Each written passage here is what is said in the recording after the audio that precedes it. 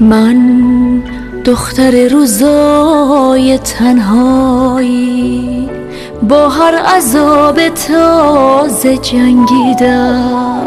از قصه فردا نگو با من، روزای از این بدترم دیدم. تا مرز وحشت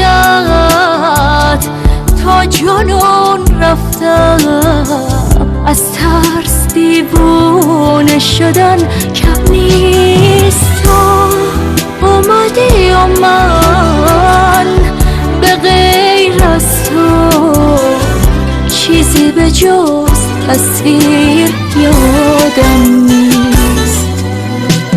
تو اومدی تا فکر روزای تلخ گذشته از سرم باشه.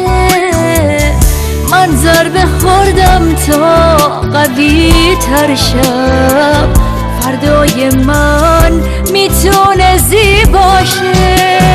تو اومدی تا فکر روزای تلخ گذشته از سرم باشه.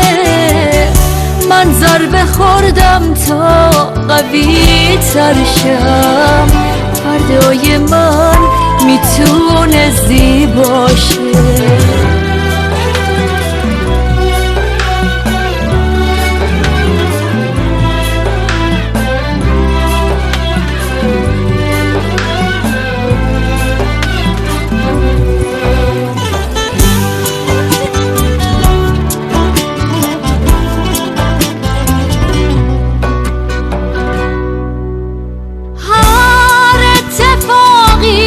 که برام افتاد شاید دلیل محکمی داره.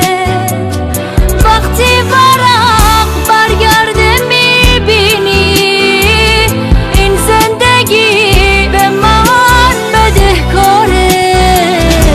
این زندگی به من بدهکاره. باید منو باور کنی تا امید و آرزو باشه. با مرهم دست تو میتونه زخم عمیق من مداوا باشه. باید منو باور کنی تا عشق سقف امید و آرزو باشه.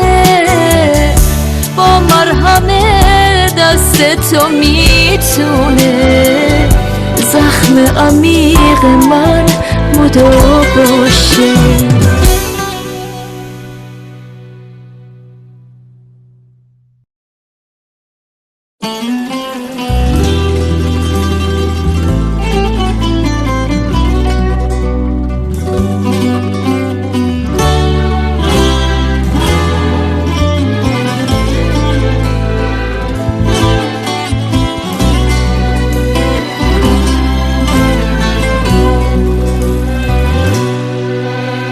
من دختر روزای تنهایی با هر عذاب تازه جنگ